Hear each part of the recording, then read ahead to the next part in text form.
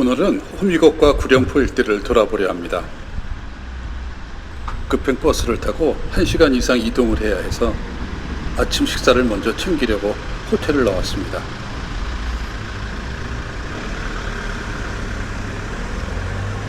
SNS를 검색해보니 죽도시장에는 대화식당, 순영내 밥집, 경북보리밥 등 쌀밥 보리밥 정식으로 유명한 식당이 몇 군데 있더라고요. 그중 추천이 가장 많은 대화식당에서 오늘 아침 식사를 하려 합니다.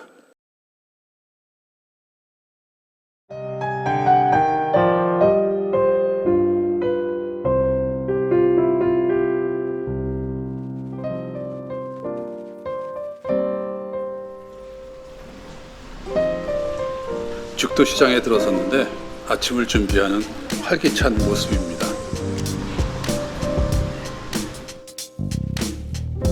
여기는 젓갈집들이 모여있는 젓갈 골목인가 봅니다. 왼쪽으로 생선구이 정식집들이 보이기 시작하네요. 이쯤 어디 있지 않을까요?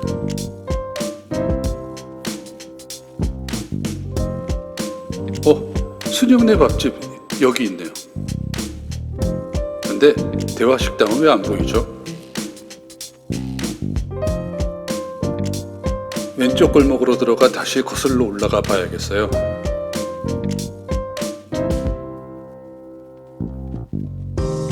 대화식당. 잉? 별관? 조금 더 돌아가서 대화식당 본관을 찾았습니다. 30분 이상 대기는 필수라던데 평일 아침이라 그런지 빈자리가 있네요. 가장 먼저 뜨거운 숭늉이 나오는데 동동주인 줄 알고 깜짝 놀랐습니다. 에피타이저인가 봐요. 이곳의 메인 메뉴는 고등어 구이가 나오는 보리밥 한상이랍니다. 가격 7,000원에 밥과 반찬은 리필도 가능하답니다. 요즘 이런 가격 찾아보기 힘들죠. 어제 술도 안 마셨는데 해장이 되는 느낌이 듭니다.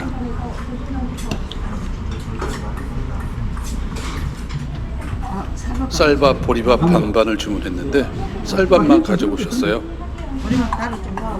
바삭한 고등어 구이와 멸치 베이스의 된장찌개, 얼갈이 나물과 콩나물 무침, 마늘종과 미역, 그리고 배추김치와 물김치까지 정말 푸짐하죠.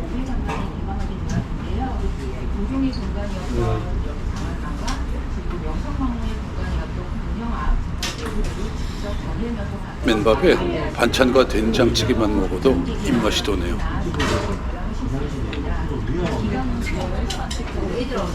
겉이 바삭하게 구워진 고등어 구이도 맛있답니다.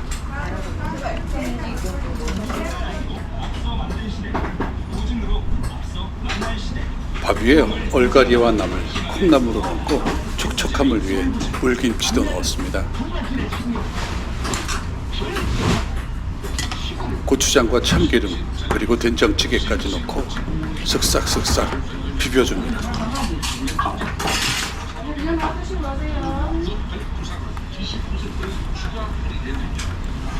정말 제대로 된 아침 식사를 했네요.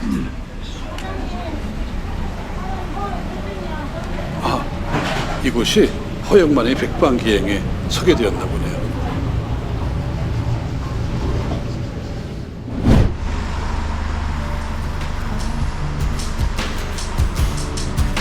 호미곶으로 가기 위해 CGV 북포항점 정류장으로 왔습니다.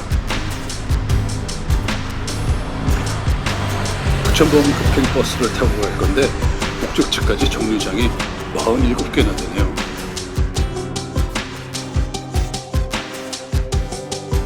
저기 옵니다. 9,000번 버스.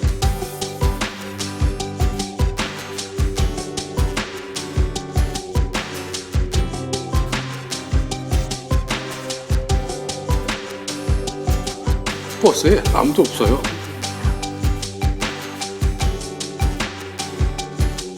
호미곶까지 예상 소요 시간은 1시간 40분입니다. 차창 밖으로 보이는 풍경을 여유롭게 바라볼 수 있다는 것이 버스 여행의 묘미가 아닐까요? 건너편이 죽도 어시장인데 선박들이 이곳에 정박을 하고 생선을 내리나 봅니다.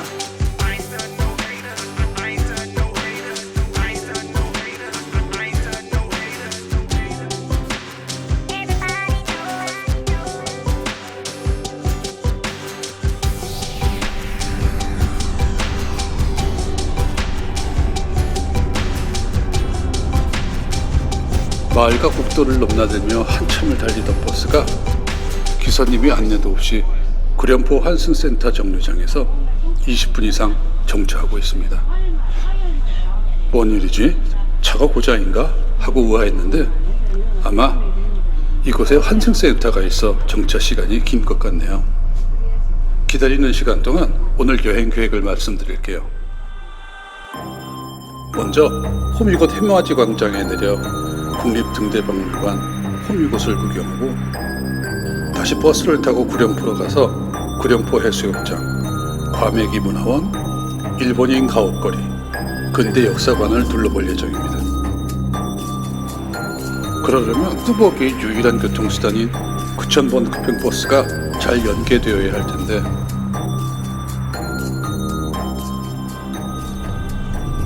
버스는 다시 힘차게 달립니다.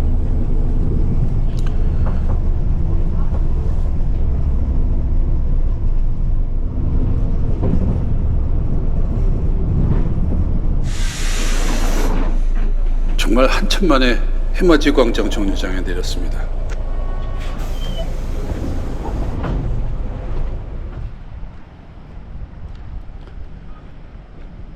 먼저 포항 국립등대박물관을 찾아가고 있습니다.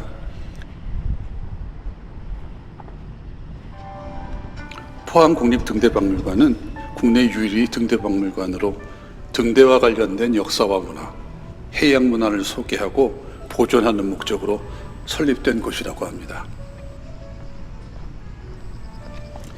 많은 분들이 이곳을 아이들을 위한 교육 장소라고만 생각하시는데 어른들에게도 방문 만족도가 굉장히 높은 곳이라고 합니다.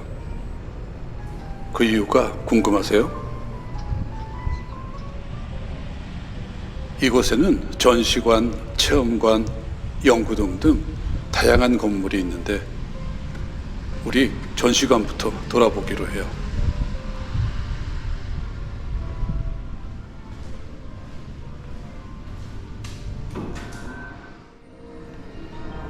상설 전시실 1에서는 등대의 시간이 운영되고 있습니다.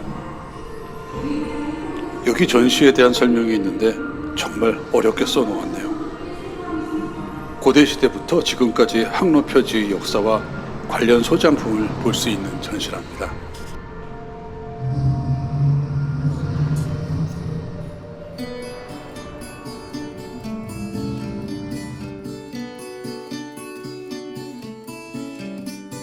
고대 이집트와 로마에서는 장작불로 등대를 밝혔군요. 횃불, 호롱불, 초, 석탄불 등 다양한 재료들이 등대를 밝혔네요. 전구 형태의 등대불은 18세기부터 사용되기 시작했네요.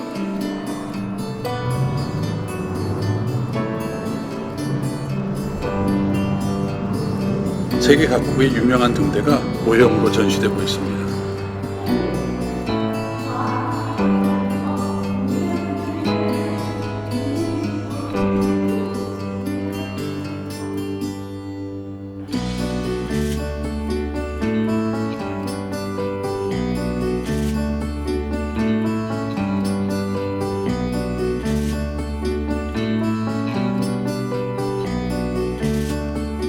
아세틸렌 가스로 등화를 밝히기도 했다네요.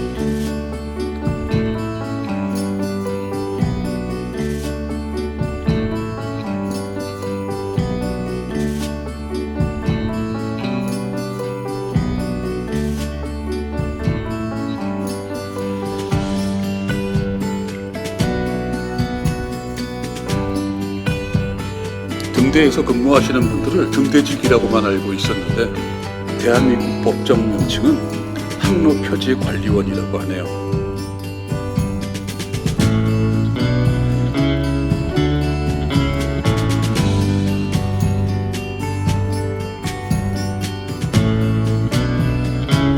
산업표지 관리원이 어떤 일을 하는지, 과거에는 어떤 환경에서 일을 하셨는지 알게 되었네요.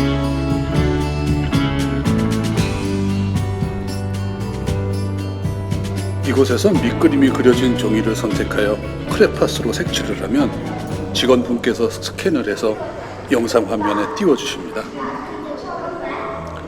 하늘과 바닷속에 아이들이 색칠한 문어, 물고기, 잠수함, 등대, 구름들로 가득합니다.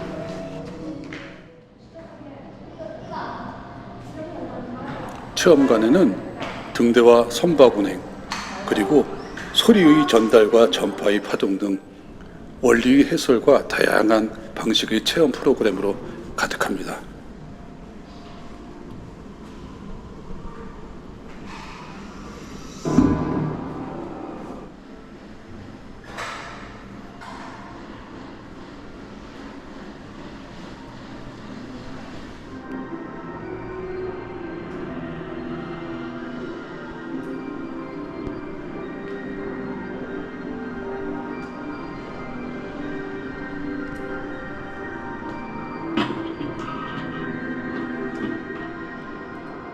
국립등대박물관의 다양한 전시물과 체험 프로그램도 좋지만 이곳을 포항여행 시 꼭 가볼 만한 곳으로 적극 추천하는 이유는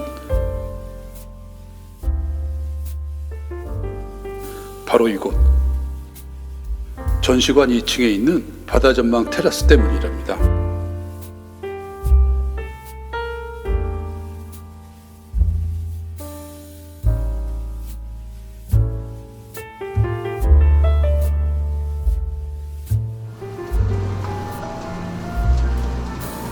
음료를 주문하지 않아도 출입이 자유로운 공간이지만 분위기를 잡기 위해 무인 카페에서 아이스 아메리카노를 선택했습니다.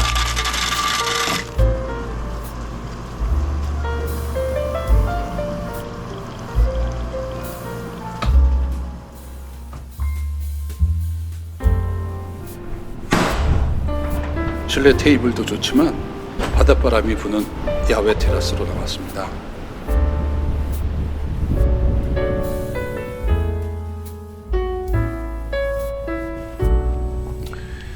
정말 좋네요.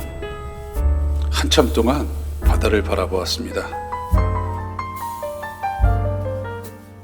그간 조금 버거웠나 봅니다. 나의 일상이. 이곳은 파노라마 사진도 좋고 영상도 좋을 것 같아요. 추억을 꼭 남겨보세요. 호미곶 해맞이 광장으로 발길을 옮깁니다. 호미곶은 우리나라 지도를 호랑이 모양으로 생각했을 때 돌출된 지역이 호랑이 꼬리 부분에 해당한다고 하여 한자의 호랑이 봉호와 꼬리미를 붙여서 만들어진 지명이라고 합니다.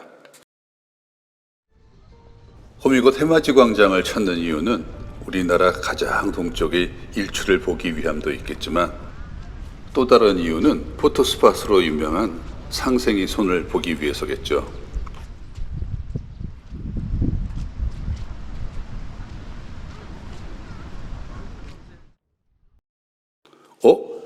상생의 손이 육지에도 하나가 있네요.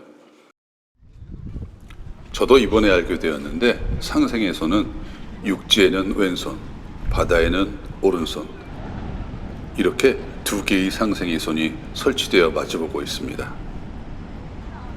온 인류의 화합을 기원하는 의미라고 하네요.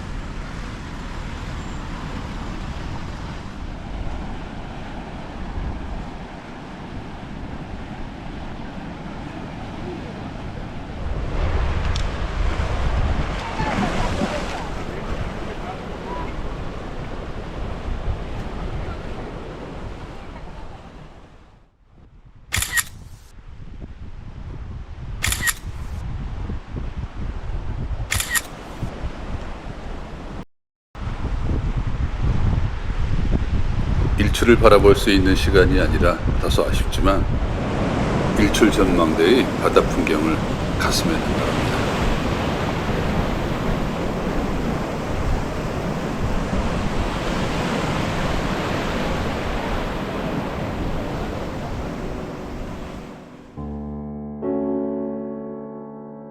구룡포로 가기 위해 버스 정류장으로 향하고 있습니다. 예보와는 다르게 비가 내리지 않아서 좋기는 하지만 구름이 드루어졌는데도 정말 습하고 덥네요. 포항 대부분의 버스 정류장 승강장을 보면 입구를 제외하곤 사면이 유리로 막혀 있답니다. 바다가 가까이 있어 겨울 해풍을 막기 위해서인지는 모르겠지만 이 안은 찜통처럼 덥네요.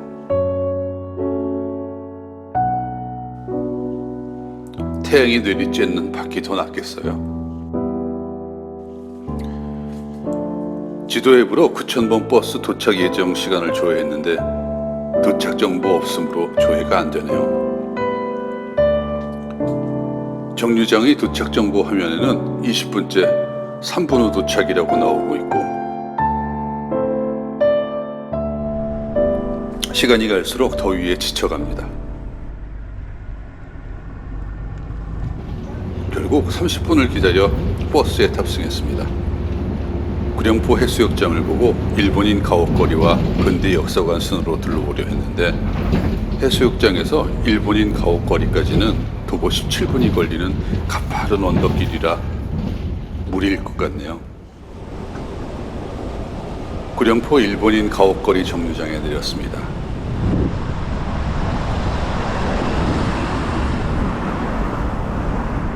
구룡포 일본인 가옥거리는 일본풍의 가옥들로 이루어진 마을로 고두심 씨가 출연했던 드라마 동백꽃 필 무렵의 촬영지이기도 하답니다. 이곳은 이국적인 풍경을 사진으로 담을 수 있어 포토스팟으로 적극 추천하는 곳입니다.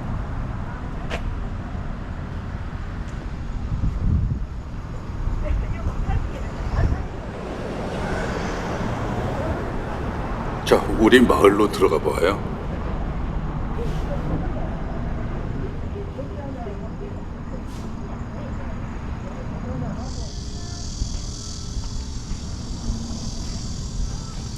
입구로 들어서면 세 갈래의 길로 나누어집니다. 위로 향하는 계단, 우측길, 좌측길.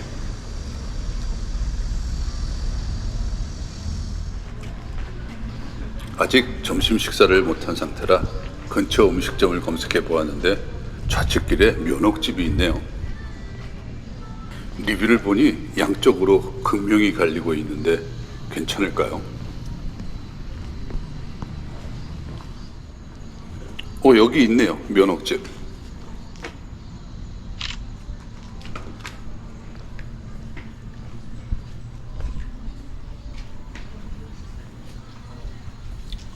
선택의 여지가 없으니 들어가요. 한우 불고기는 2인분부터 주문이 가능하다고 해서 한우 뚝배기를 주문했습니다.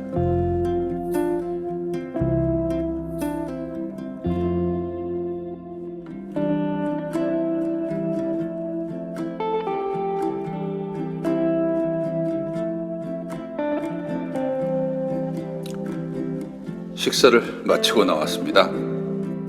나쁘지 않은 평범한 불고기 맛이었습니다.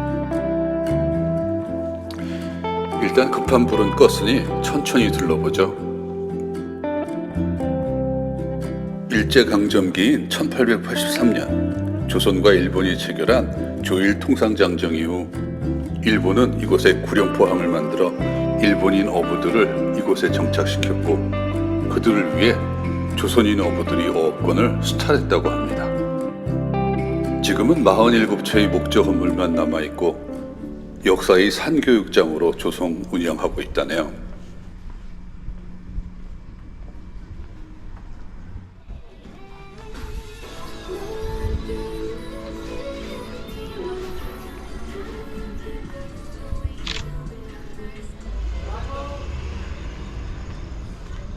계단을 올라서면 동백꽃 필 무렵의 포토스팟이 있다고 합니다. 여긴가 봐요. 포스터 사진을 촬영한 곳이었네요. 일본풍 거리와 구룡포항이 내려다보여 이국적인 이미지를 연출해주는 곳이랍니다. 인생샷을 남기기 위해 카메라를 들고 차례를 기다리고 있네요.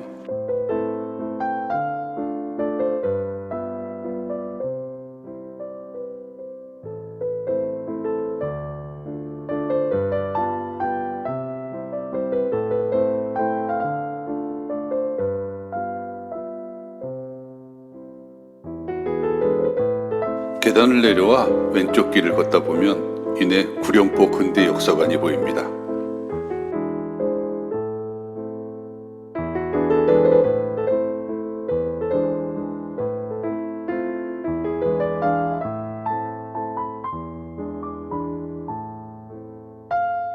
이 건물은 1920년대 일본 가가와현에서 이주해온 하시모토 젠기치가 살림집으로 지은 2층 일본식 목조 가옥이다. 해방 후 개인주택으로 사용되어 오던 것을 포항시가 매입 수리하여 구룡포 근대 역사관으로 사용하고 있다. 건물 내부에는 100여 년 전 모습들이 잘 남아 있으며 당시 생활 모습을 다양한 전시 자료를 통해 보여주고 있다고 합니다. 일본에서 이곳으로 이주해온 하시모토라는 일본인의 개인 가옥이었나 봅니다. 관람료도 없으니 들어가 보죠. 정원은 일본 감성을 느낄 수 있게 잘 정돈되어 있고 목조 구조의 2층 건물 구조입니다.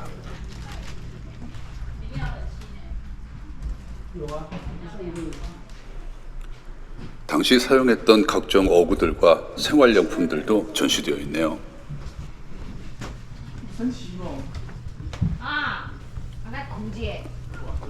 여기는 안방으로 겨울에는 코다치를 두고 온 가족이 이곳에서 지냈다고 합니다. 중국 관광객이 뭔가를 보고 큰 소리로 웃길래 와봤더니 화장실이네요.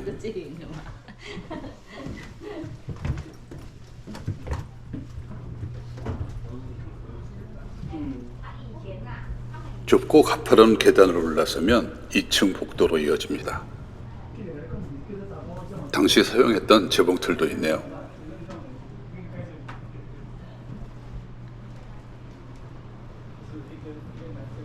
2층은 주로 손님을 맞는 공간으로 더운 여름철에는 2층을 가족 침실로도 이용했다고 합니다.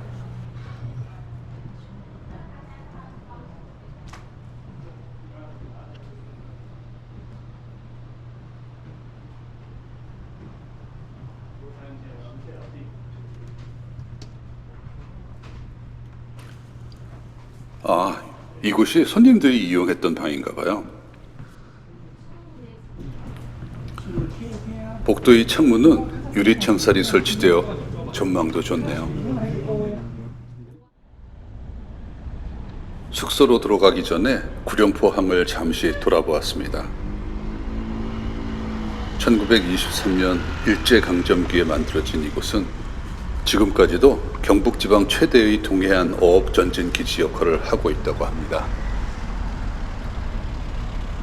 하늘이 온통 잿빛구름으로 가득 차고 있습니다.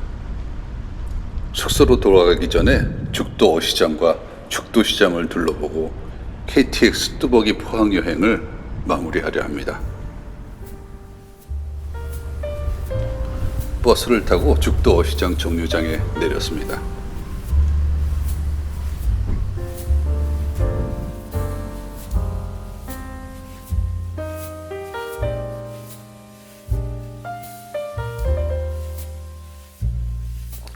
와, 저기 끝까지 회식당과 대게식당으로 가득합니다. 대부분의 회식당은 최소 2인분부터 주문이 가능하기 때문에 나홀로 뚜벅이 여행객은 아쉽지만 그냥 눈요기만 하고 지나치고 있습니다. 어디 가냐고요? 죽도 어시장을 지나 죽도시장의 맛집을 찾아보고 있답니다.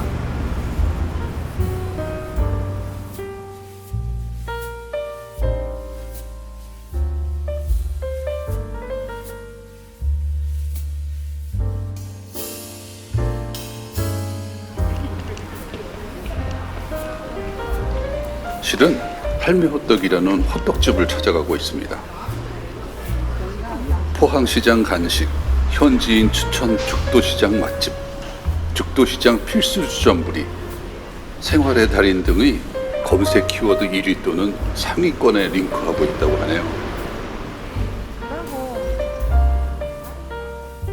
아, 여긴가 봐요. 할매호떡. 손님들이 얼마나 많이 찾는지를 말해주는 줄 서는 곳 안내판도 있네요. 전통 호떡, 치즈 호떡, 씨앗 호떡이 있는데 담백한 전통 호떡을 먼저 먹어보았습니다.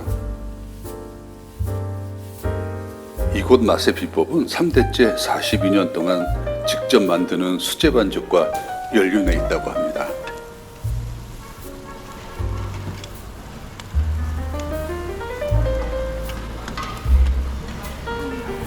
종이컵에 이쑤시개를 쿡 꽂아서 주시는데 쫄깃함이 다르네요. 다음 분이 호떡 2개를 주문하셨는데 그게 마지막이었다네요. 이럴 줄 알았으면 한 번에 2개 주문해 놓는 건데.